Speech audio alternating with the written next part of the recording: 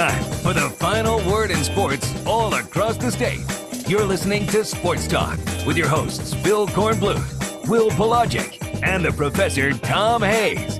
You've been waiting all day. So join the show now by calling 800-956-7266. Good evening, everybody. Welcome into Sports Talk, South Carolina Radio Network. From downtown Columbia, Main Street, the capital city, on a Wednesday afternoon, about to jump over the middle part of the week, head down towards the last weekend.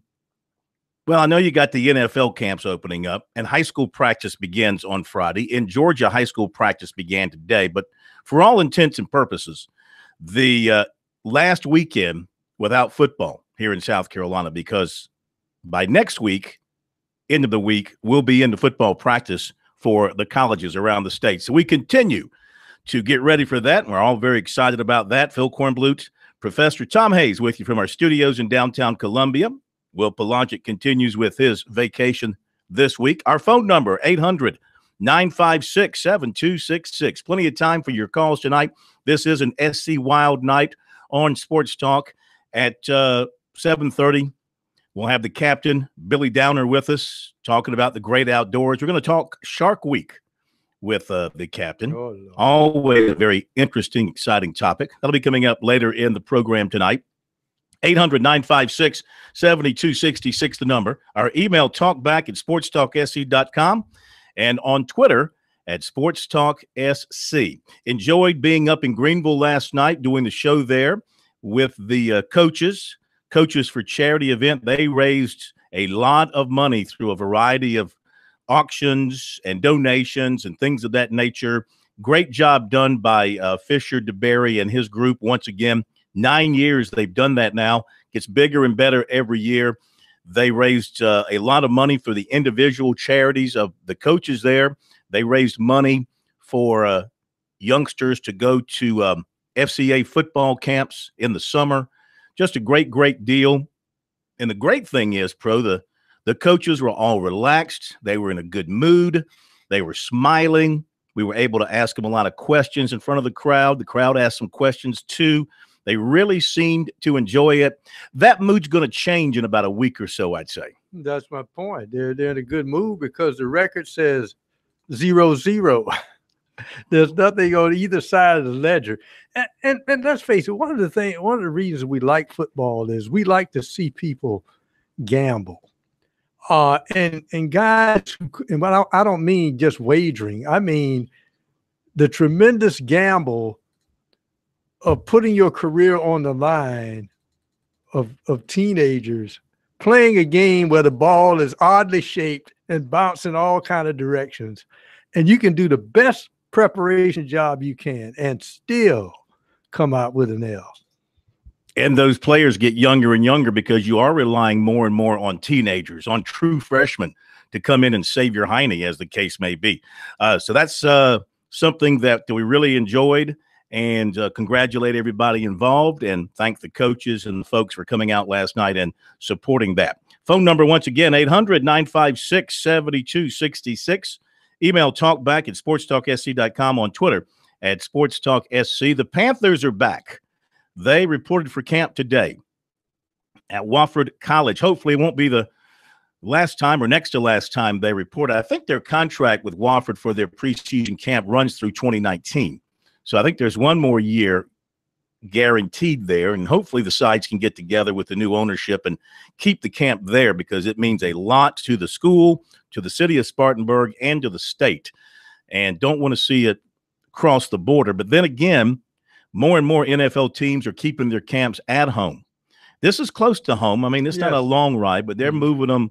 They're building the indoor facilities. They're putting all this money into fields and camp training facilities, and they want to have that money spoken for by having the guys there working out. But hopefully the Panthers will stay there. We'll hear from Greg Olsen, the standout tight end, who's very happy to be back at Wofford, his 13th year in the NFL. And he's very pleased by the fact that Cam Newton was able to work out in every aspect of the offseason programs without having to rehab anything. You know, all the body parts are good, shoulders fine, ankle's fine, whatever the case may be. Because remember, the last couple of years, he spent a lot of time in the offseason rehabbing. Yeah. Now he's good to go, and he was able to work on just getting better as an offense. Well, the thing about it is he has realized that what he did in his 20s and he approaches and getting in his 30s, he's not going to be able to run the football. They're going to punish him. So, and your recovery time is a lot slower as you get older. So, to keep upright and be a quarterback in the NFL, he's got to learn to stay in that pocket. Hard to believe you're talking about Cam Newton and the word 30s in the same breath. Oh, yeah. But he's getting there. Mm-hmm. Because remember, he went to Florida, then he left, then he went to junior college. But that counted towards his clock. So it's not like he took a step back in terms of his age. I mean, he didn't come out of junior college at an advanced age that some JUCO guys do. Mm-hmm. But it just seems kind of strange to be talking about Cam Newton now getting close to being a 30-year-old. But he should have a great year, and the Panthers are really excited about what they've got coming back this year and feel like they're going to be a major contender for a Super Bowl berth. 800-956-7266. I'd like to jump right to your phone calls. Hear what you have to say about anything you've heard over the airwaves, anything that's happened this week, anything you want to project about the teams in our state. You've heard from several of the coaches. And so your thoughts on that. We go to, Christian in West Columbia? Christian in West Columbia. Welcome into Sports Talk. How are you? Hey. Hey, guys, it's Kristen, but no big deal. I know this is kind of out of your usual football conversation, but I think we have to tip our hat to Justify. He retired today. Would you repeat that? Justify, the Triple Crown winner this year, retired today. I think we all need to tip our hat to him. Oh. The things he accomplished at 3 years old. I didn't realize that. He did have some kind of an injury, didn't he? Because I saw where they pulled him out of a race recently because of some injury concerns or health concerns. Ankle kind of bulky. So they put him out to stud, huh? He's going to be fat and happy in a pasture chasing mares. Not a bad life. Not a bad life at all. Great show, you guys. Thank you so much. One of the few horse calls we've ever had on Sports Talk. Okay. Since the days of, K-Mac had an emotional attachment to Barbaro back in the day. Had a hard time getting over Barbaro. So. Yeah, Barbaro was the one that it wasn't frightening, but I knew that horse was hurt right when it started because I saw my mind was begging the guys, don't put him in the stall yet. Don't, because I could see he was agitated. You're talking about Barbaro. Wasn't Barbaro a girl? Wasn't Barbaro a female? I don't know. I think she was. But anyway, they put her in there. What do you call female horses? There's a word for it. A female horse. No, there's a filly. No, she's just wasn't she a filly? I don't know. I'm getting into an area that I have no knowledge of. Some of them females, they call them a mare. But anyway, when they put the horse in the gate, it was still a few minutes before they were going to open them. And so Barbara bust right through the gate, and I could see that leg just fold. It didn't seem like she was hurt from the beginning, but when she hit it, I said, that horse is hurt. I think it's a guy. I'm looking at Barbaro's Wikipedia page, and it refers to the horse as a him. Shattered his 2 legs in the Preakness Stakes. No, he ended his racing career. I thought that was a female horse. Shows you what I know. But thank you for the heads up there. Well, if you really want to know the truth, the horse is dead. Well, yeah, that's true. But this particular horse that the caller called about won the Triple Crown, right? Triple Crown, yes. Yeah. 13th to win the Triple Crown. Yeah, and did so in pretty strong fashion, right? Mm-hmm. Was really not dominant. Not like challenged. Secretariat, but close. And I don't think anybody, well, you never say never, but to match what Secretariat did during that run will be hard to do. Thank you for your phone call. 800-956-7266. We'll be right back.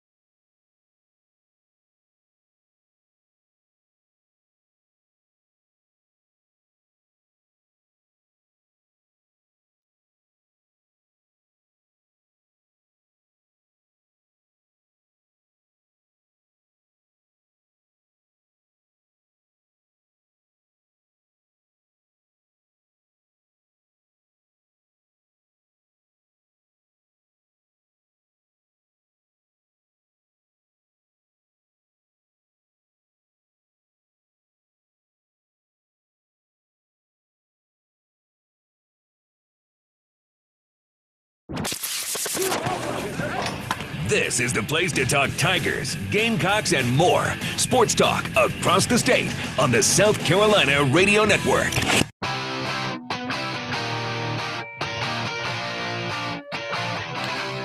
Clemson fell short in a recruiting battle today. No pun intended, as Shaheem Battle committed to NC State earlier today. He's been going back and forth between State and Clemson. A cornerback prospect, very good one, out of Rocky Mount, North Carolina. You know who came out of Rocky Mount, North Carolina? No, it doesn't come to Phil Ford. Phil Ford? Yeah, Phil Ford from Rocky Mount, North Carolina.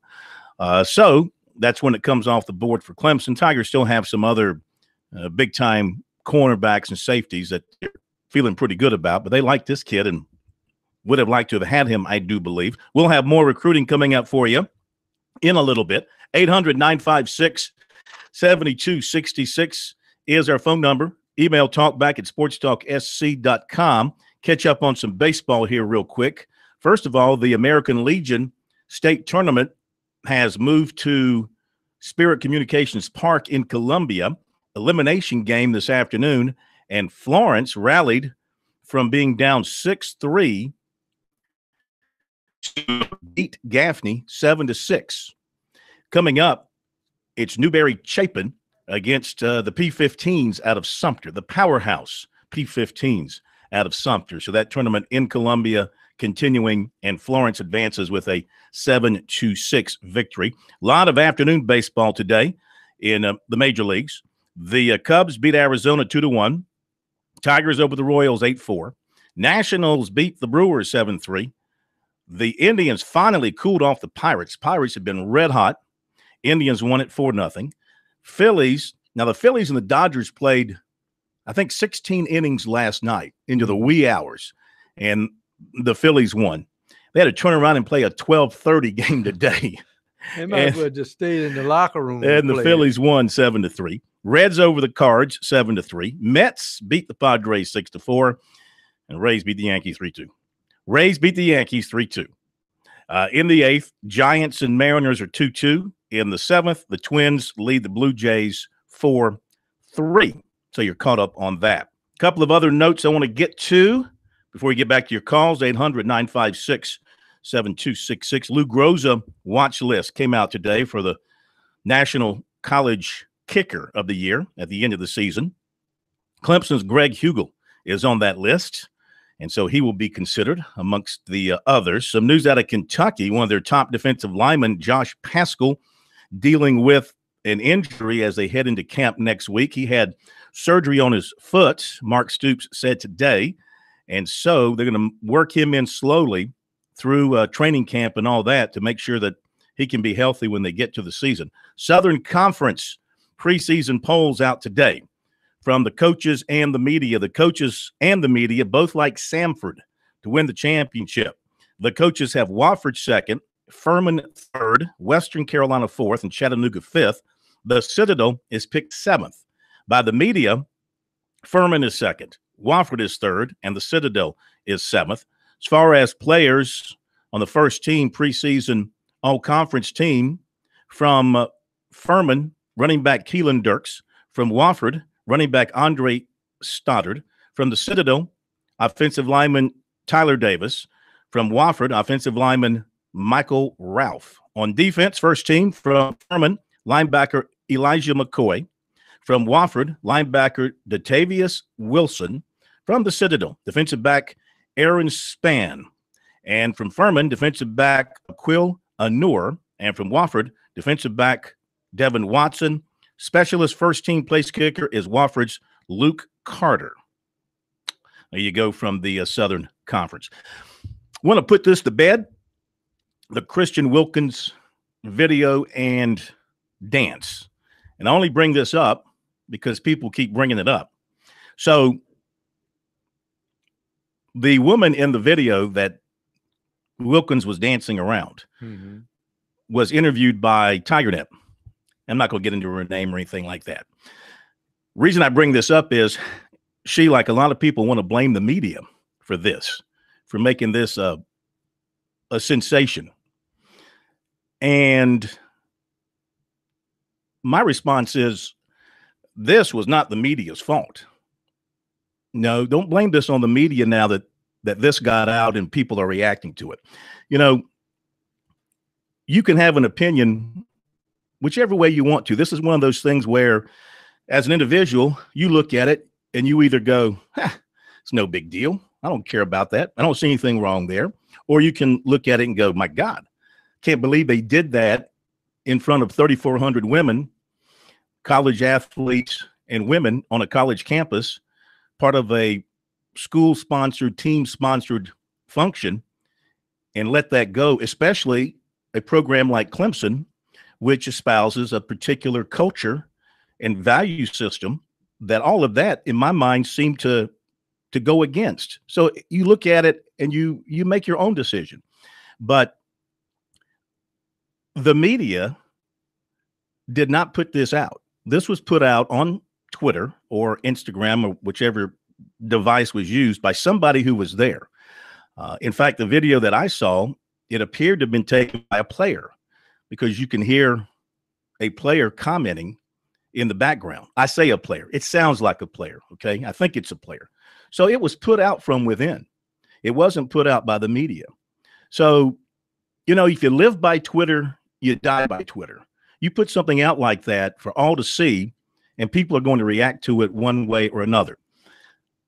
So to wrap this thing up, from my standpoint, I mean, I think Clemson mishandled getting out in front of this and nipping it in the bud. I mean, I really think that Clemson should have come out. And the thing that angered Dabo Swinney when he was asked about it last night, the first question of the gaggle with him, he was angered. I think he was angry. I wasn't there. We were on the air, but he was about 20 feet from me. But I heard, and you heard his comments. Now, he was bothered by the fact that it was the first question asked, and it overshadowed all the good things that came out of their ladies' clinic, which indeed they raised hundreds of thousands of dollars for breast cancer research and mammographies and the bus and all of that is to be commended and not to be forgotten. But unfortunately, in our world today, a little thing like that, even if it is just a 15-second clip, can overshadow. And, you know, I think for Clemson to kind of bury its head on this thing and to deny its existence or to deny that something like that was out there for people to consume and have an opinion about and write about and discuss was a mistake on their part. You know, my opinion is they should have issued a statement saying, you know, we apologize for this video and for these actions if they believe they were wrong. By not doing so, you're condoning it, and that's a decision you make. But then you say, you know, we apologize, but then you say, we raised all this money for great charity. Our All In Foundation does great work, and we don't want this to overshadow what the ladies' clinic meant to those people and what they brought in terms of the charity work. I think they blew it there by not getting out in front of it, because this is not a good look for a Clemson football program that has established in a well-deserved particular culture. I mean, to see your star, I mean, the picture of Christian Wilkins basically in a sexual position with, I don't know if she's a grandmother or not, or a middle-aged woman popping up on Twitter. That's not a good look for any program, but especially Clemson's, because they espouse a particular, and they're very upfront about their culture. So don't blame the media. This particular lady who was involved, I mean, she really jumped on the state newspaper and saying that they misrepresented everything and blew it up. No, the video doesn't lie. You can look at it and see what's going on in the video. You know, if this had never come out, if no one had ever put this out, no one would know the difference, and all we'd be talking about would be the money that was raised by the event. But it got out, and this is the danger. And I think it got out from a player who was videoing it, because you can hear him in the background going something like, "Oh, Christian, you're not going there. You're not doing blank." He even used the word. If you listen to the video. All right, we'll be back, and Pro will comment in a moment.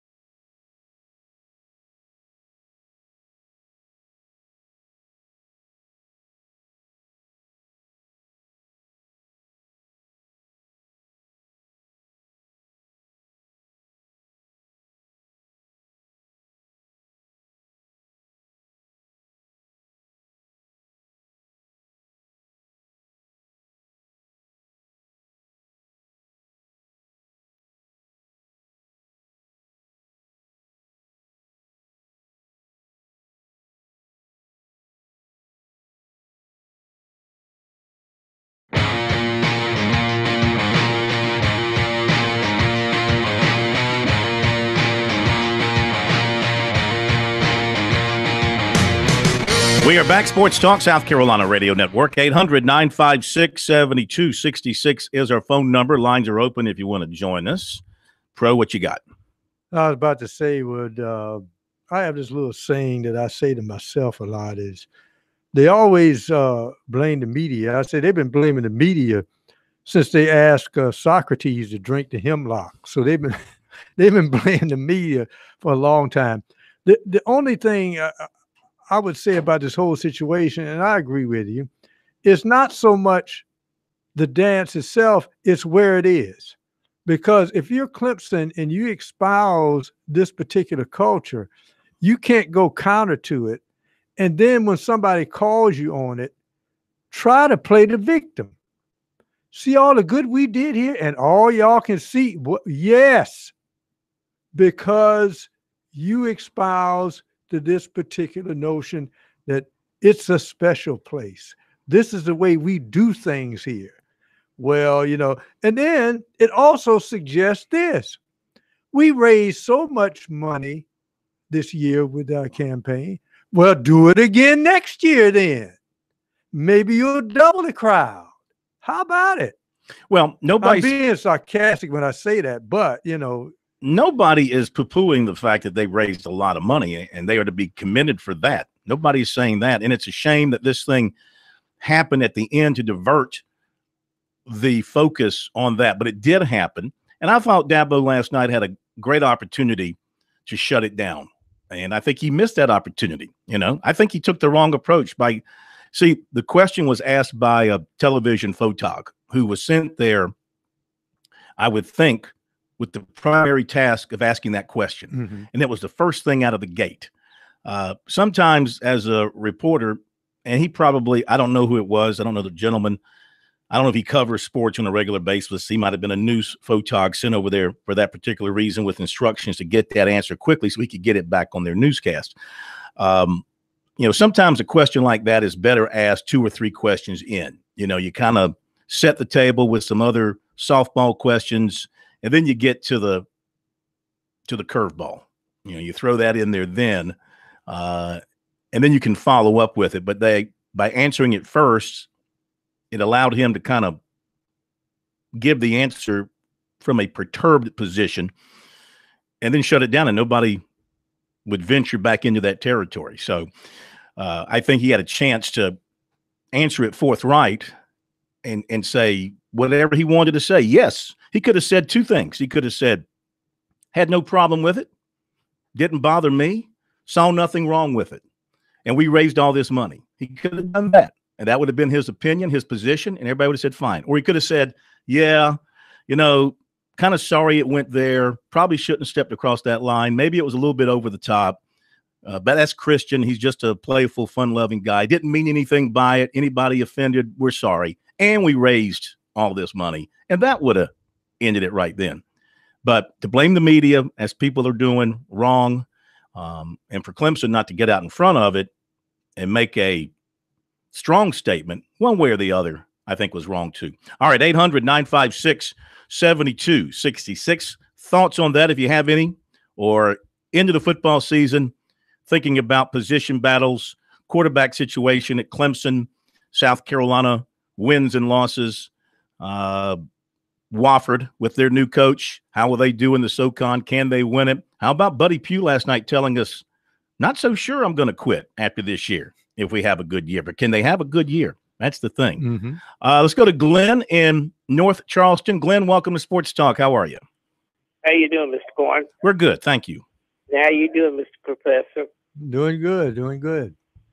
I was wondering, I think last year, didn't South Carolina State have a financial discretion, and they were distracted by that, and then they didn't play very well with South Carolina Well, State? that didn't distract them. It hurt the athletic department as far as funds is concerned. But this was just a lack of talent last year and a lack of experience at the quarterback position, and a bushel load of turnovers last year. Right. So they're back. Didn't the football program has more money into it now than they had last season? Let's say it's on a little bit better financial footing than it was last year. Nobody knew where any of the programs were going last year, including academic programs. Mm-hmm. Yeah, no, because I know it was all buzz about money just went. I don't know how it went, but it was what's the term? Misspent? Misappropriated. Yeah, there you go. Mm-hmm. But I hope they do good this year, though. Yep. I think I'd love to see Buddy turn it around. He had his worst season at State last year. 120 wins, 6 MEAC championships owned or shared. 3-4 trips to the FCS playoffs. And for the most part, has had a very successful run in 17 years. But it was bad last year. He's had a lot of turnover in recent years. He's had a hard time keeping a staff together for whatever reason.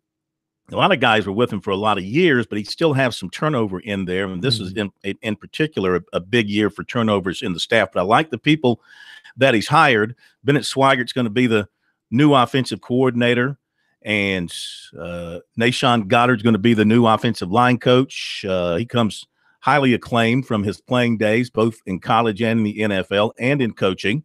And you've also got Corey Jenkins going there. All these guys will be major assets. And Buddy told us last night, really excited about his new defensive coaches as well. So schedule's a little tough with Central Florida and Georgia Southern. See, what State, and this isn't Buddy's fault. I mean, the administration and the athletic director, whoever happened to be in that seat over the years, in recent years, had to always schedule State for big money games. Sometimes 2 of them, sometimes back-to-back. Remember, they played Johnny Manziel one year. They went to Texas A&M and got beat 70-something to something. Then I think they had to turn around the next week and go to like Arizona State. They played Clemson. I mean, there is absolutely, except for the money, the money's great, but it takes a toll on your football team physically and mentally. I mean, you get beat down when you get beat 70-0 and you got no chance to win. Here's the setup is the fact that, I mean, remember the game with Clemson? It was so bad they went to a running clock. Oh, yeah. First time I've ever seen that in a regular season college game. See, the thing about – well, they shortened it to 10 minutes. I think they shortened the quarter to 10 minutes. The thing about State going to Texas A&M is that nobody knew who Johnny Manziel was. That's true. They had to find out by walking out there on the field. Nobody knew who – and, of course, that was the same year they had to go – they played Arizona. Now, in fact, I think might have been in back-to-back weeks. That's what I said. Mm-hmm. Yeah, exactly. I mean, you cannot – a school with 55 scholars going up and playing 85 scholarship teams, especially imagine the toll it took on them playing a game in Texas one week and then going to Arizona and playing the next week for a team from South Carolina. Not easy to do. We go next to Orangeburg and talking to Tom. Tom? Hello, Tom. Good evening, gentlemen. Love your show. Thank you. Hey, Phil, I want to just say that I agree with you on the media, not blaming the media, with a little bit of caveat. When the media reported this event with some flat-out lies, I think it helped the legs. And you can't – I don't condone what happened, and I do believe Clemson probably could have handled it better.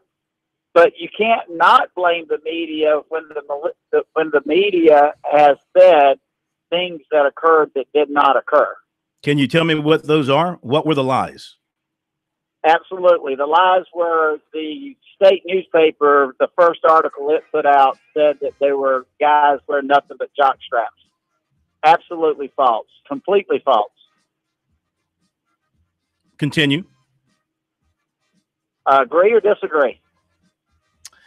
Hang on, I'm going to hit a break, and I'll give you that answer, and you can give me more of the lies when we come back. Don't want to squeeze it in here because the break is coming up. So stay tuned. We'll get right back to you, update a few recruiting notes, take more of your calls. Sports Talk on a Wednesday night.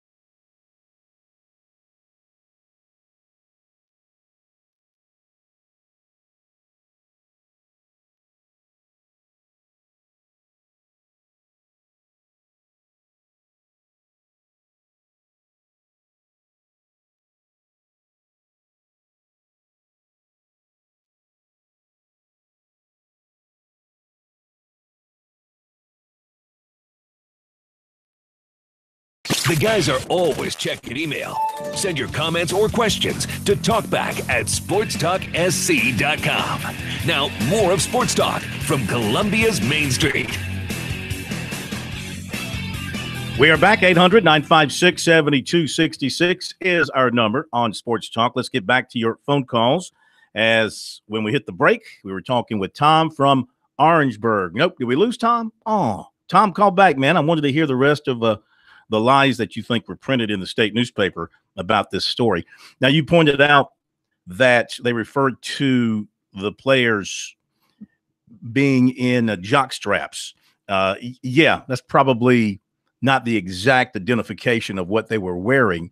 Looked like they were wearing, from the picture that I saw of the guys who were walking around doing the bodybuilding part of all this thing, it looked like they were in some form of either shorts or some type of underwear. Here's the problem. I think jockstrap was probably a little bit off base in terms of the accurate depiction of what they were wearing. Here's the problem, Tom, with whether there's some inaccuracies in the story or not.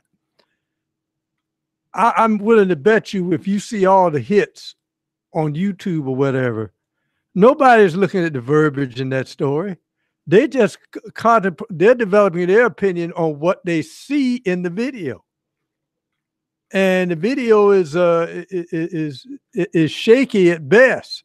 And therein lies the problem: is the video. Mm-hmm. Let's go back to Tom, who's with us once again in Orangeburg. Thanks for getting back to us because I wanted you to finish up what you wanted to argue about. Well, I don't. First of all, I don't think it's an argument because I think I prefaced the conversation by saying I think it went a little bit far. Well, when I say argue, I mean making your points against the opinion. My points are. I'll just finish up with a couple of points and then hang up and listen. And first of all, thank you for taking my call back. Yeah. I think that the media. My only debate is I think you're saying don't blame the media, but I think the media does what the media has to do, and they sensationalize things to get readership and viewership. And I think that if you look at a Clemson program or a Carolina program for that matter, I think you have to give them the benefit of the doubt on what they're characterized by. And the analogy I would like to use there is that for the most part, Clemson and Carolina have run pretty clean programs. And I think this thing would be a totally different context than the mining team of the 80s. But to go back to the media, I think the headline, and I disagree with a little bit, Tom, because I think some people would not have ever seen the video had it not been for the headlines. And the headline said, Clemson players, plural, perform strip tease. That in itself is sensationalism because it was only one player that did a strip tease. Well, the headline was this. Here's the actual headline. Strip tease and half-naked football players part of Clemson event for female fans video shows. That's the headline. But in the article, it does say Clemson players. And I guess you could say Clemson players are half naked. But, no, here's exactly what it said. First of all, the opening paragraph was about raising the money. All right, so they took a very positive approach there. Phil, hold on, though. That was a correction. That wasn't not a correction. That was an addition to the original article. Didn't have anything in there about the money. No, this is the original article. I'm reading the original article from Matt Connolly and Noah. I think it's pronounced Fate. Written on July 23rd at 7:01. Opening paragraph, quote, a lot of money was raised to battle breast cancer last Saturday in Clemson at the 2018 Dabo Swinney Ladies Clinic. Plenty of eyebrows have also been raised after racy video and pictures from the event were shared on social media. Agree or disagree with that depiction?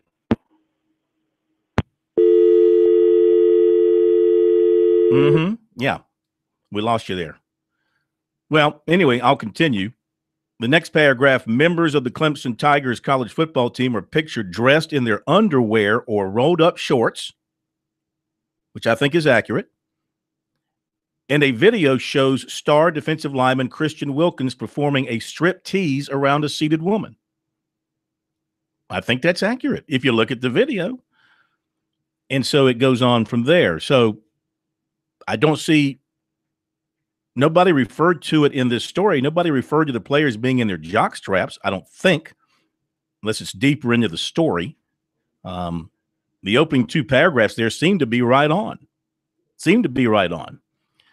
And they did what they're supposed to do. They contacted a Clemson spokesman who gave them a statement about the video and everything, and they included that in the story. What else can you do? What else can you do? All right, thanks for the call. Good hearing from you. 800-956-7266 is our phone number. Couple of recruiting items for you here on Sports Talk. Cornerback Shaheem Battle of Rocky Mount, North Carolina, committed to North Carolina State this afternoon over Clemson. It was pretty much a two-way battle between those two. There I go again using battle, not as a pun, but as a verb. And NC State won out. It was really close. I mean, you talk to the kid, he'd go back and forth between the two, and he chooses the home state Wolfpack. Cornerback Cam Smith of Westwood was at, or still is at, USC today for an unofficial visit. So that's certainly big for USC as they try to reel him in. Also today at USC, one of their top defensive line targets, Jaquez Sorrells, Largo, Florida. And he was at USC back in June for a camp, has had the Gamecocks among his favorites with Oregon, LSU, Alabama, and Florida State. And he has got August 27th set for his commitment announcement. Unless he decides to go earlier, because like Shaheem Battle, he was supposed to wait until December 15th to announce, but he went ahead. And, of course, Sorrells is a former Florida commitment. USC target defensive back Jadon Hill will visit Florida this weekend. He was at USC for a camp and an unofficial visit in mid-June. Tennessee also has been one of his favorites. There you go with recruiting. Remember to check it out on our website, SportsTalkSC.com, on Twitter. Use the hashtag STRecruiting. Hashtag STRecruiting takes you to our stories and to other interesting recruiting stories related to South Carolina, Clemson, or maybe just something else that's interesting. Take you right to those stories, and you can read what other writers are saying related to recruiting. We get back to your phone calls. 800-956-7266 is the number. Frank in Myrtle Beach, welcome in, sir. Good to have you with us.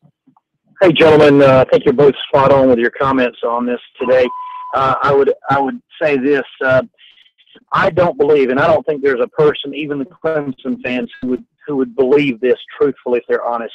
I don't believe for a second that Dabo Swinney would allow for his son to ask him, who's on the team, for his son to ask him, Dad, can I do this? Or he would tell him later that it was okay that you did it if he did it spontaneously. I don't believe in any way he would do that.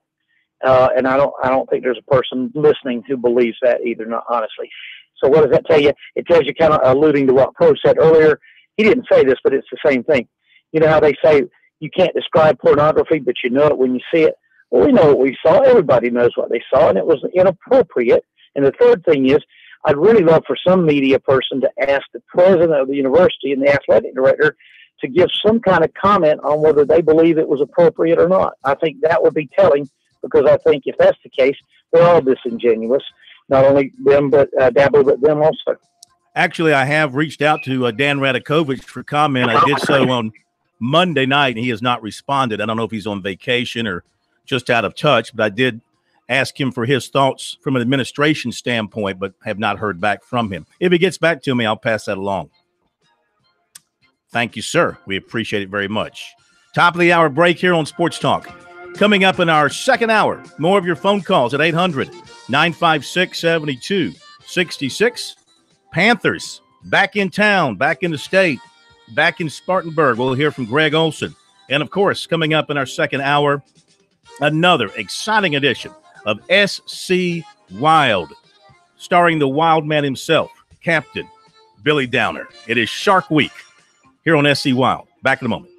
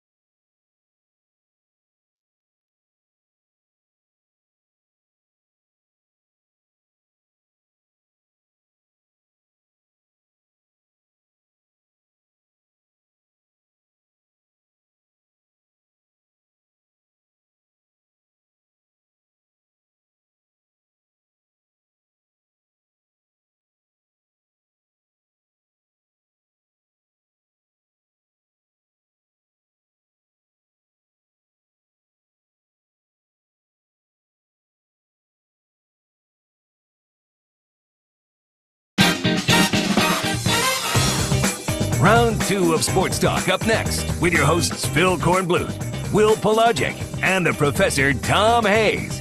Don't leave us hanging. Join the show, 800-956-7266. Rolling along on this Wednesday night here on Sports Talk, Phil Kornbluth, Tom Hayes with you from downtown Columbia. Will Pelagic has the week off on vacation. 800-956-7266, the phone number.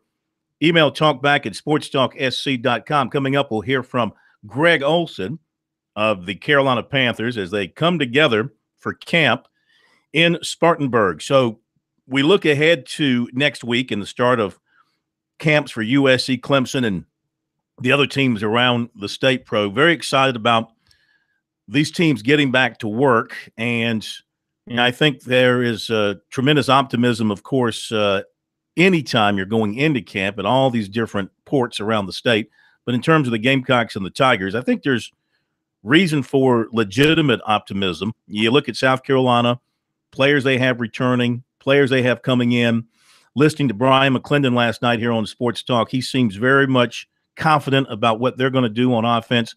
Feels very confident that Jake Bentley is going to have a great year. And I'm sure he is sleeping much better knowing that Deebo Samuel is going to be there to get the football to him as many times as possible. There's no doubt about it. And I think, getting the ball out quicker, less time to think. And I think probably because you have receivers who are really good and adept at getting yards after the catch, why not? You don't have to have them go down the field 20, 25, 30 yards to hit them. Just hit them in stride when they come out of the backfield, and you've got something working there. And I think, people complain about you don't have, the bell cow back. Nobody has a bell cow back anymore. Guys getting hit too much to be taking 30 and 40 carries a game. So they've got 4 now proven running backs. And then you may be one hotshot freshman coming in. So they've got weapons all over the place they can use. Well, you bring up the running back situation, and they do have depth. They do have some quality running backs they can turn to. It would be nice for South Carolina to see if they can create a 1,000-yard rusher once again. I kind of like having that one guy who carries the load for me. I know you got to have more than one, but I happen to think that the best running game has one primary back who gets into a rhythm and gets his 25 to 30 carries per game, unless he gets hurt or unless he turns it over, things of that nature. Now, I know you can say, well, look at Georgia last year. They did pretty well, and they had 3 guys who ran extremely well. And I'll give you that. If you have 3 guys of the caliber of those 3, all 3 NFL caliber running backs, then you do want to share the load some there. But if you don't, and you only have one guy who really kind of stands out, give him the load. And from South Carolina's standpoint, A.J. Turner can do a lot of good things for you in certain situations. But Rico Dowdle seems to be the guy that has the more complete package, the most complete package. The thing with him is he just has not been able to stay healthy. If they can get him through a season in one piece and get him through 12, 13 games and get him 20, 25 carries a game, you might get that 1,000-yard plus rusher. Mm-hmm. Well, the key thing is that you can do so many different things with all of the running backs. And the one thing you like about Turner is, say you line him up in the backfield, he's a hard runner inside. He reminds me of the running back who's just the same size as he is, who maybe has double the carries, and that's the kid Love from North Carolina who plays at Stanford. Not sure he's as fast as he is, though. No, that guy is really fast. But he has to be fast because they give him the ball so much he can't be hit too many times. But the key is, say for instance that he's in the game. Suddenly you got a one-back set. Then he lines up, and he comes near the line of scrimmage, and you got an empty set. And then if all those guys go out and you isolate him on a linebacker, especially in the middle of the field, you can, so there's many things you can do with all the running backs. And I think what it does is it keeps defensive coordinators guessing of what you're trying to do and keep them up nights trying to develop a game plan to stop this back when he's in and stop this guy when he's in. Yeah. I don't disagree with you there. And don't forget Tyshawn Williams and what he can bring to the offense as a running back. Yes. He had his moment. So we'll see. We'll see if the Gamecocks can settle on that one back, or if they feel like running back by committee has to be the way to go. Just looking here at some of the records for South Carolina in the running game. Of course, George Rogers obliterated everything in his career. 27 100-yard rushing games for George Rogers. Amazing, especially since everybody knew where the ball was going. Everybody. I mean, all 11 people knew most plays, 2 out of 3 first down series, the ball was going to George Rogers. The next most 100-yard rushing games in a career belonged to Brandon Bennett, Mike Davis, Harold Green, and Marcus Lattimore with 11 each. So big difference there in terms of the running game at South Carolina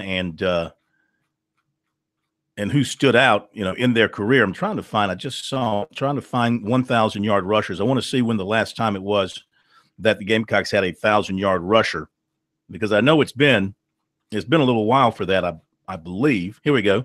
1,000-yard career rushers.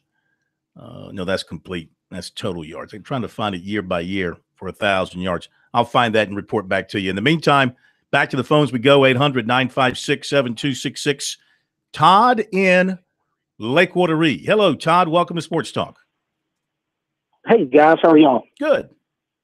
Hey, thanks for taking my call. I just had a quick take on the whole thing with Clemson. A lot of times it seems like the cover-up's worse than the crime, but I looked at this when it happened. I kind of laughed it off and thought, that's not a good look, but, this will probably die down. But then Dabo comes out there last night at the thing you were at, the coaches' clinic or whatever it was, and it reminded me so much of his little rant. And I'm curious who asked the question, because I thought it let Dabo sit in there and talk for 5 or 10 minutes where nobody could get a follow-up question hardly, and let him just jump out. And it's one of those, I can't believe I'm asked this question. And then spouts out statistics for 5 minutes about the question that was asked. So just my take. It was like a bad rewind to me. So I don't know. Just my take on it. I would bet you a Frosty Bud Light at the Gulfstream Cafe the next time I'm in Garden City. Yeah. That it was a Tiger insider or a Tiger beat writer who asked that question, and it was a setup. That's just my take, guys. Hope you have a great night. Thank you very much. No, let's don't be conspiracy theorists here. I wasn't in the gaggle pack. I was hoping to be there, but Dabo didn't arrive until about 6:30 or so. Of course, I was locked into the show. I gave my recorder to one of my friends in the media and asked him to record it for me. And I asked him when I got the audio back, and I said, who asked the question? And he just said it was a TV guy. I think it's, like I said at the beginning of the show, it was a photog for one of the TV stations who asked it right off the bat, and gave Dabo a chance to give the answer that he did, and also to kind of express his disappointment that that's the first question that he's going to get about that event in that particular setting. Again, I think the better approach would have been to talk about some things that would kind of be kind of friendly and kind of set the stage for getting to the hard-hitting question, maybe 3 or 4 questions in. And I think my question would have been something along the lines of, I know that you guys have put out a lot of information about all the good things you did in your clinic, and of course that's been duly noted, but how do you feel about Christian Wilkins' dance? I mean, is that something that you're comfortable with being represented with Clemson? Let him answer it that way versus giving him a chance to just shoot it down from the get-go by saying this is a terrible question to ask here right off the bat. I think the reporters wanted it as quick as possible, because while we were on the air, I saw the state newspaper post his audio before he even had a chance to play the audio you had. All right, we'll be right back.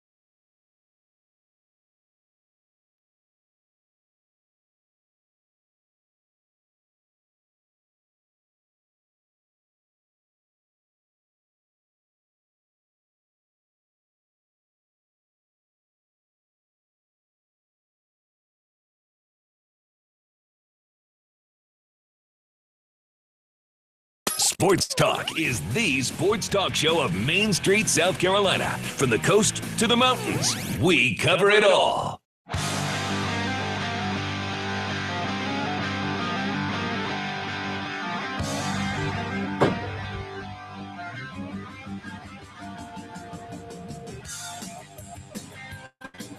Welcome back into Sports Talk, everybody. South Carolina Radio Network, 800-956-7266 is our phone number. This is big for a limited time. Founders Federal Credit Union's 5-year certificate is at its highest rates. Don't miss your chance.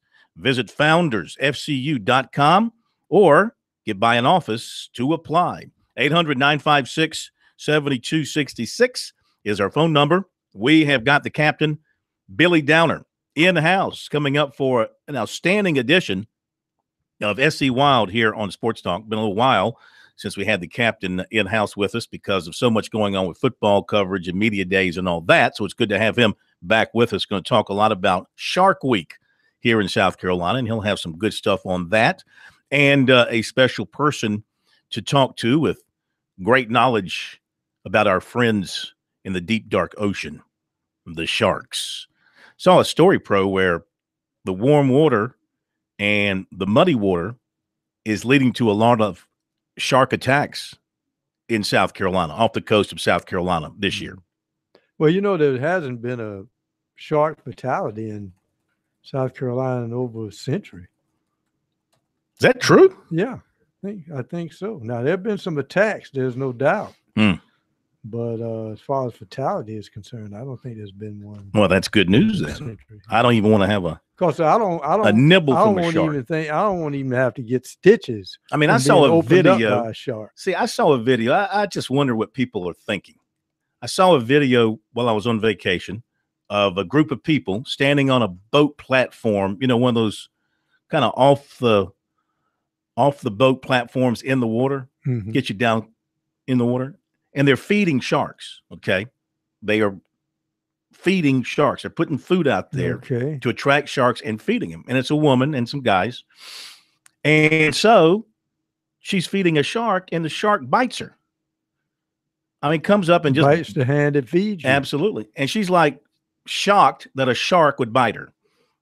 Like, what? Shocked that a shark would take those teeth and stick them into her arm like that. Almost take her hand off. Well, see, I don't know why people want to do that. Well, see, the shark was thinking that, you know, she was feeding him some hors d'oeuvres and she would be the main course. Absolutely. The entree. All right, the Panthers are back in Spartanburg now. They're at Wofford College. They're gathering today. Players are arriving.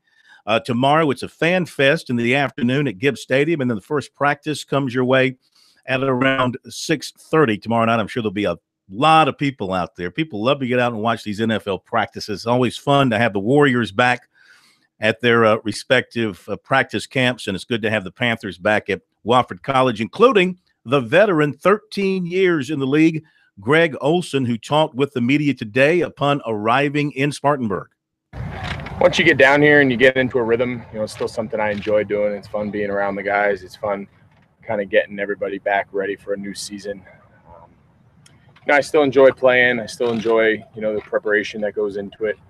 So it's, I think once you get down here and you kind of get settled into camp and get the first couple of days of, you know, moving in and meetings and kind of just getting your routine down. Once you kind of settle in, it's kind of fine. Have you had a chance to give Butler any words of encouragement since the accusation has came up? That was the first thing any of us heard. We'll let all that play out. Hey, Greg, would the players pretty much be unanimous in their thoughts on building a facility closer to Charlotte and not coming down here anymore? Or do you still kind of see the value in having 13, 14 practices here on campus? Yeah, I don't know. I mean, obviously, we don't know any of this stuff. We don't know anything more than anybody else does. I think more so than just a couple weeks of training camp. I think having a facility with an indoor and some of the other things that around the league other teams have for during the season would be you know, to me a bigger deal. You know, having somewhere to practice inside and stuff like that I think would be great. But you know, I don't really know a whole lot about it, any of the specifics. So we've done just fine with what we've had, and if we can get improvements that'd be great. Did you drive in with Ryan? I did. Do you think this is his last one? I don't know. You can he's somewhere. You can ask him that.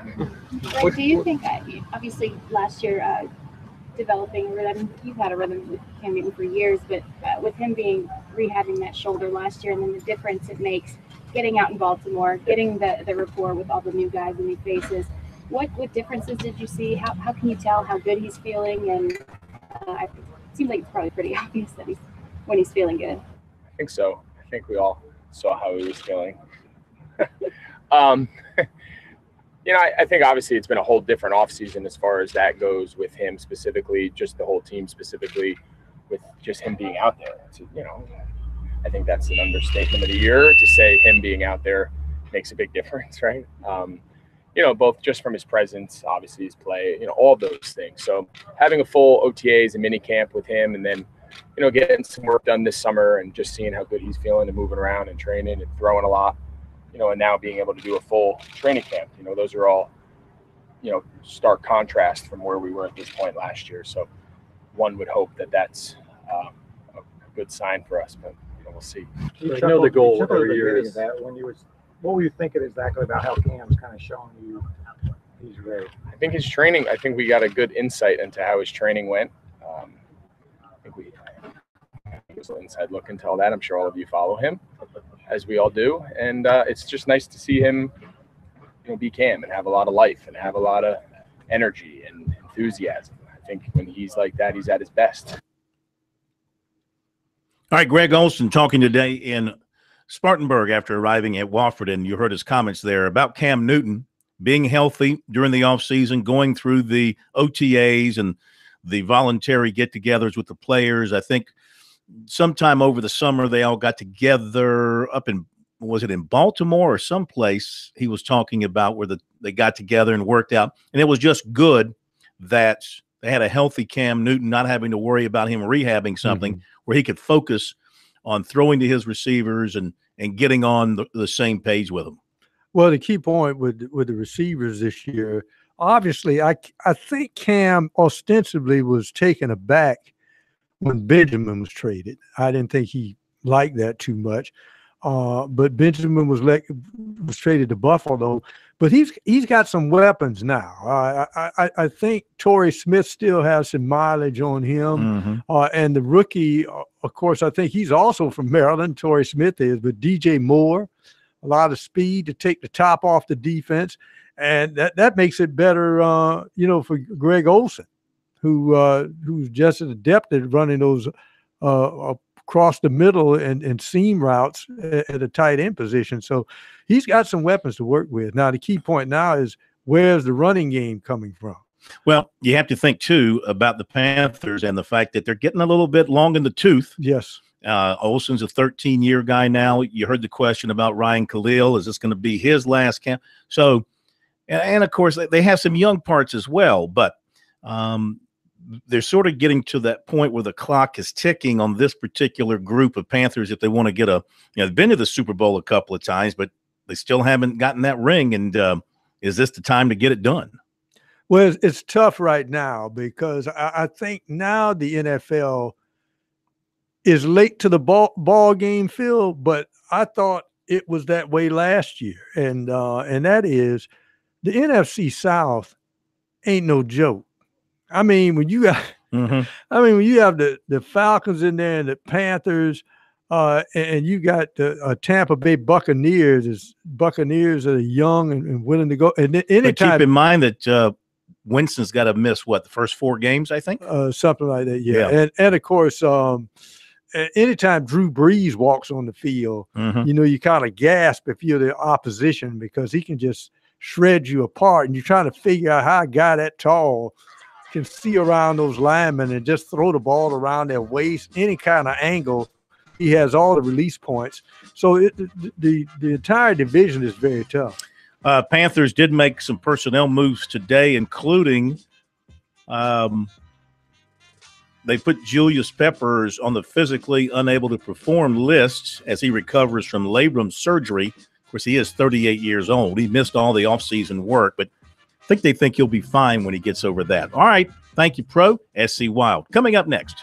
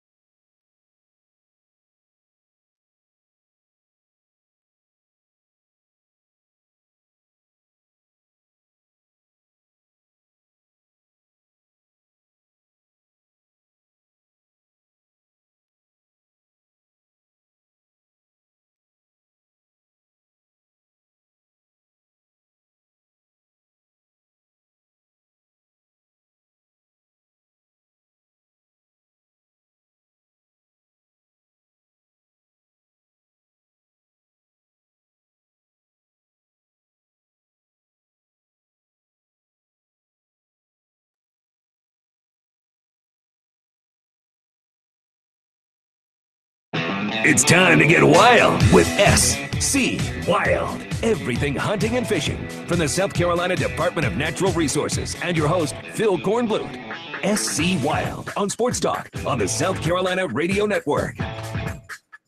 So good to see my friend, the captain, Billy Downer, back in person with a beautifully starched outfit tonight. Every crease, every corner, perfecto, just like they taught you at the Citadel. Thank you, Phil. Much unlike the shirt you have on. Oh, it's a golf shirt. Correct. You starch your golf shirts? It looks like it came out the dirty clothes. Do you starch your socks? No. You starch your underwear? No. But your shirts are starched. Are starched. Yes. Fully. Yes. I want to look good for you on your show. It looks crisp. So the like it. Folks on the web here can see, You look at the captain, man, he looks sharp. Take pride in the uniform. Real quick, Citadel Bulldogs picked 7th in the SoCon. Out of 9, right? Out of 9. Out of 9. Yeah, what do you think? I'll take a low start. Mm-hmm. Low expectations. Always room to move up. Yep. Open up against Wofford on the road. That's going to be a tough one. That will be a tough one. Tough one. All right, let's get to the subject at hand because this is always one of our most popular subjects. It is Shark Week. It is Shark Week on Discovery Channel, as it is every year this time of year. A week full of brand new videos. They've had Shaq attack. You did see Shaq, right? Missed it. They started off Shark Week with Shaq. They built the Shaq cage, built specifically for him. It was gigantic. Did they put him in it? Well, he wouldn't get in it at first. He's like, I'm not getting in there. He's like, I don't know why I signed up for this. I mean, it was a lot of play in it. You know, they played it up, but he did a really good job. So they've had a lot of they had Ronda Rousey. They had the Olympic skier. What's her name? Lindsey Vonn.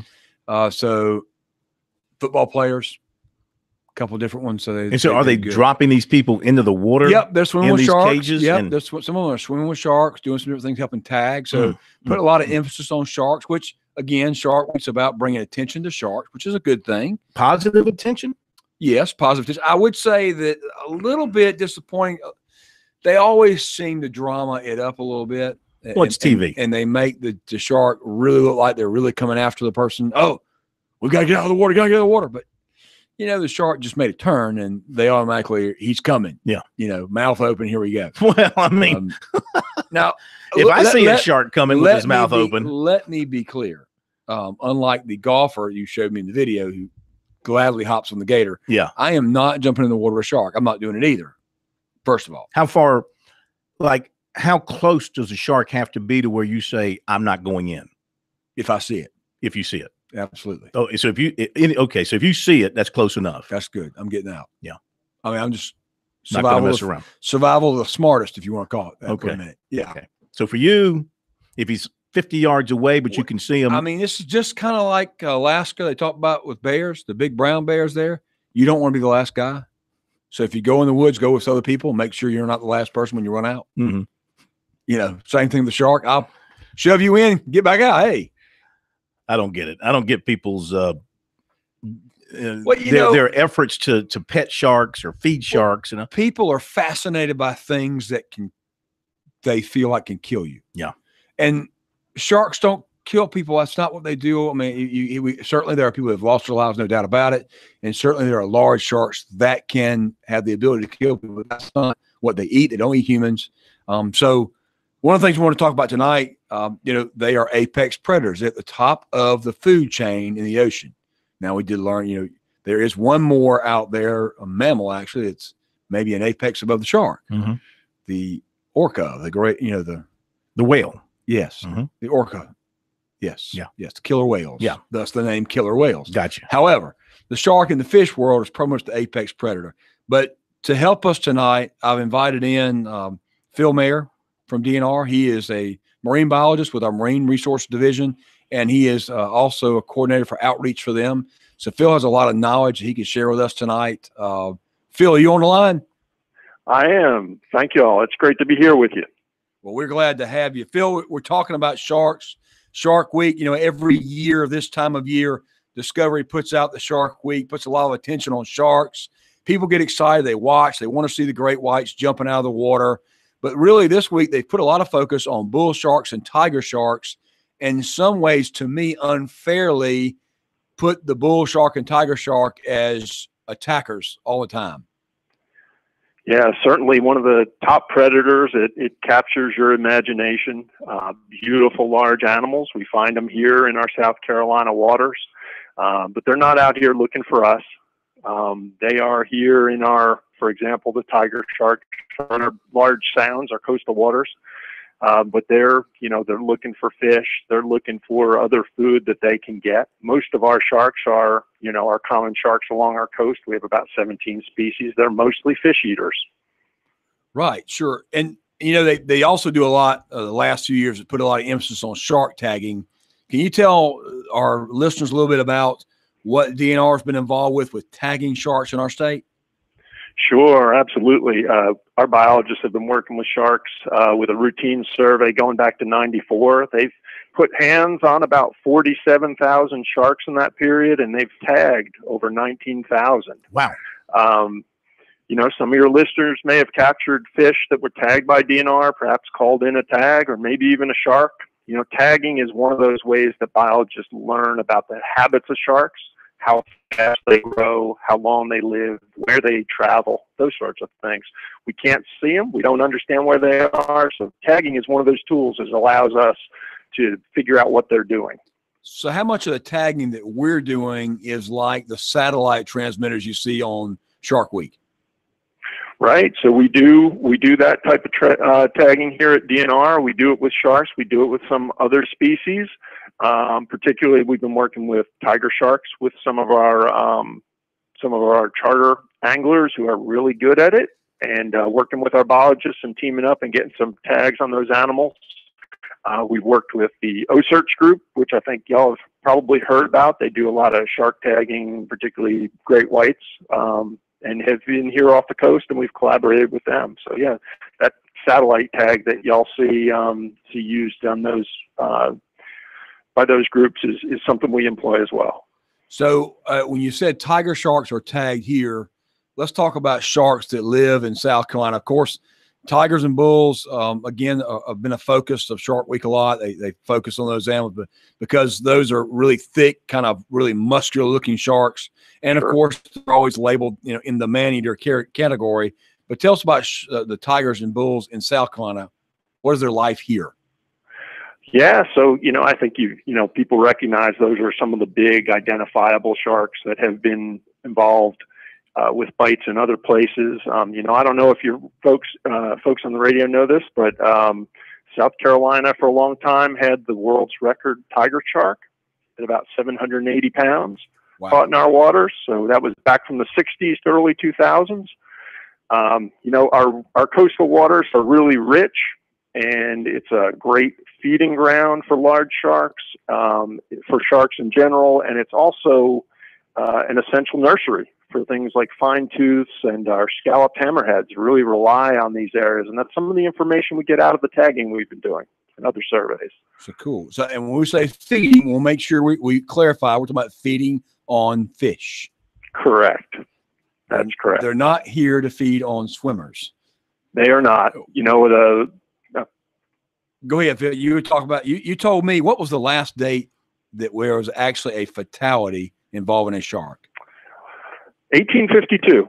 So over 150 years, almost 170, almost close, 160 plus years. Wait.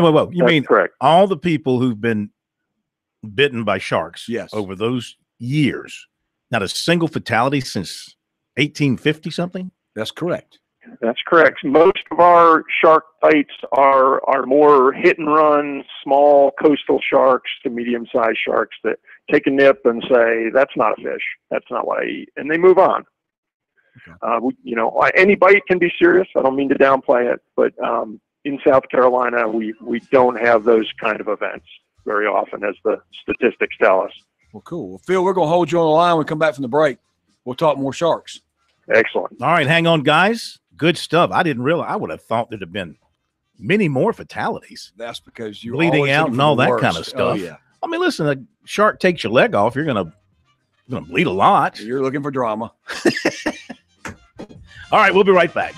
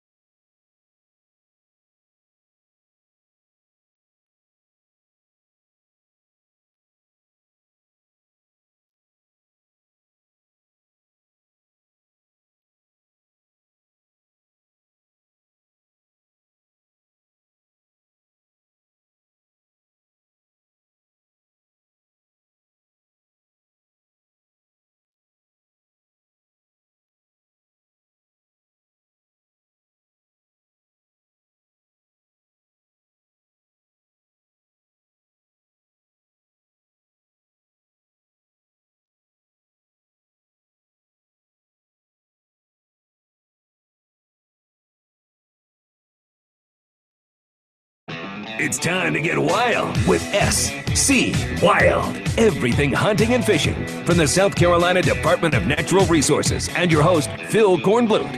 SC Wild on Sports Talk on the South Carolina Radio Network. Yeah, that's kind of misleading tonight. Your host is the captain, Billy Downer, as we talk about one of his favorite subjects, maybe his favorite subject, sharks. Well, it's not my favorite subject, but it is something fun to talk about. Well, Shark Week. It is Shark Week, so it's time to talk sharks. Mm-hmm. They are beautiful animals. Phil Mayer on the line with us I don't know again about the beauty part. For our Marine Resources Division. Yes, they are a beautiful animal. They are just perfect as a predator. Again, they are an apex. They're at the top. Yeah. You know, Phil, we're back on just where we were for a minute, because I think the common misconception is that people die all the time from shark attacks. And as you clearly said, most of our bites that happen, 3 to 4 maybe a year, are typically bump and run. They bite, mistake, understand, hey, that's not a fish, let go. I mean, of course, again, as you said, doesn't diminish the bite, but it's not a deadly encounter, is it? That's correct. Exactly as you described. Really, you know, sharks are, there's a primal feeling there when we see sharks and we see something that looks dangerous to us, but really sharks have far more to fear from us than we do from them. Huh. Let me ask you this, and I'm sure you have done this. I mean, have you ever talked with or interviewed a victim of a shark bite? I have not. Oh, have you? I have not. Oh, I'm just wondering. I'd like to know from a victim kind of what it feels like. Kind of what that, yeah, well. No, I mean, seriously, what it feels like, what it sounded like when the, I mean especially sound, just use, I mean, I have listened to interviews with folks who've been bitten by a shark. I mean, it's happened so fast. Their teeth are so sharp. They feel the bump. They look down and like, oh, what, you know, I mean, but we talked about that before. Hands, rings, things like that. People have been bitten on the hand because of a ring. We'll talk about those, that later too. But I'm at the stage where when I go to the beach, yes, I don't go in water above my Achilles tendon. Well, I mean, that's a shame because I enjoy riding the waves and having a good time. We have beautiful beaches in South Carolina. I like the sand. No reason not to enjoy them. I'm a big sand guy. But Phil, we're talking about what sharks. You were telling me the tigers and the bulls get this bad rap for being this fish that they try to say attacks all the time. In fact, in our state, what's the shark you're thinking a lot of times is involved in these mistaken bites? A lot of times it's these smaller sharks that we find right off the beaches, the fine tooths, the black nose, maybe occasionally a black tip. These are the guys that are like in the 4.5, 5.5, maybe for the black tip, getting up to a 6.5 foot shark. All these are sharks that target fish. Again, it's a mistaken identity, a quick nip in most cases, and gone. And they're usually hunting, so to speak, in the shoreline or in the surf, correct? That's correct. Which makes it even harder for them to see. It's turbulent. Our waters are not necessarily clear. Exactly right. So I know you said, Phil, you said that people just would think, don't go out in the water near a big school of bait fish. Yes, just not right. When you're at the beach, I know a lot of folks, fishermen will recognize, they look out there and they see the pelicans diving or they see the terns diving and they know there's bait there. And if there's bait, there's going to be predatory fish. So just being attuned to that and, not going in if you're bleeding, obviously, if you have, something shiny like a ring or, take that sort of thing off and just be aware if there's a school of fish there, give it a minute, let it pass. Don't swim with the bait. Right. All right. So let's go to the fish that the shark everybody wants to talk about. Great whites. What is our history in South Carolina with great whites as far as them staying living? When are they here? Yeah. So you mentioned those GPS locators that allow us to track them. Really, before we had the information from those, we didn't know a lot about where they went. Particularly in the winter, and the GPS locators, the tracking, allow us to understand now that those sharks come down here in the cold weather months. So they appear off our coast. They'll be fairly close to shore, say November through February. And as it starts to warm up, they'll head back up to the places we commonly, you're familiar with seeing them up off the Northeast, off New England area. And they also, interestingly, go straight offshore. They'll go across the Gulf Stream and stay off South Carolina, but a long distance off, and they'll stay there during the summer even. I know last year my daughter had a good time online. Everybody got into looking for where Mary Lee was. Right. And that was the big 16-footer, I think. That's correct. Yeah, one that caught everybody's attention and was of great interest for quite a while. Now that shark has kind of fallen off the radar now, so to speak. She stopped transmitting, and those tags that are attached will typically last about 3 years, and she was around 5 years. So what the thinking is that her tag finally died. The battery in the tag finally died. Right. All right. So what sharks actually live here year round that actually would pup, as we talk about the word pup, as in have their young here? Yeah. So those are going to be, of critical importance are the fine tooths and the scalloped hammerheads. This is South Carolina. Coastal waters are really important for those guys, but also the sandbar, the black tip, spinner, and shark nose all pup here in our coastal waters as well. Okay. Well, we got a caller. We're going to take a call, I think, from Charleston. Tom in Charleston. Go right ahead, Tom, sir. welcome to the show. Thank you, Phil. I appreciate it. Mm-hmm. Yeah, I'm down here in Charleston and everything, and one thing I want to hit on, just to let everybody know, even though you're not on the beach or anything like that, we go where brackish water goes to fresh water, and we could be bass fishing or any kind of freshwater fishing, and sometimes you'll get a shark up that far, which I never did realize that until we were up at the Tees. We put the Tees up there on the Cooper River, and we had been to the up toward the upper part of the Cooper River. Came back and grocery basket, and we were kind of cleaning the fish off. And a buddy of mine, he said the boat ramp, and he took the fish and kind of slushed around in the water in the clothes basket, trying to clean them off a little bit. And next thing you know, he felt something grabbing at his thigh, and it was a shark. Wow. Yeah. And that was in the Cooper River? And we were right next to the Cooper River. It's called the Tees. It's up there up by Bushy Park. I'm not sure if you're familiar with it, but it's right off the Cooper River where it goes from it goes from the Cooper River to brackish water. Mm-hmm. Mm-hmm. And past that, you can go on up. Of course, you can't crab in that area because it's not legal. But anyway, it's where the salt water goes to fresh water. Right, but there's a mixture, sure enough. Is that unusual? Yeah. That if there are resources there and sharks can tolerate the salinity, the salt content of the water because it's dropping, and some sharks do better with that than others. For example, bull sharks are one of the ones that actually tolerate low salinity pretty well. They'll be there. If there's a resource there for them to exploit and they can handle the conditions, they're likely going to take advantage of it. Now, you said bull shark. I was going to ask you that next. A bull shark, can they go into completely fresh water? Not exactly my area of expertise. I would say, they may be able to tolerate it for a short period, but they're a saltwater shark that can move up the rivers, but he's going to mostly be in saltwater. Well, cool. Well, Phil, thanks for joining us tonight. Again, folks, it's Shark Week, so enjoy Shark Week tonight on TV. But remember, we have sharks in South Carolina, and we are working hard to protect those because they're part of our marine estuary and an important part of the complete marine fishery. Having the apex predator is important. Again, have a good night. One thing I learned from this, and I will stick with this, I'm not going in when I see a shark. That's a good move. Or I'm seeing that's pretty smart. Fish bait out there. No, sir. Right. Not going above my Achilles tendon in the water. But the waters are safe. Phil. Safe way to play it. Thank you, Captain. Thank you. Great job. Thank you, Brian. Have a great night, everybody. We'll see you tomorrow.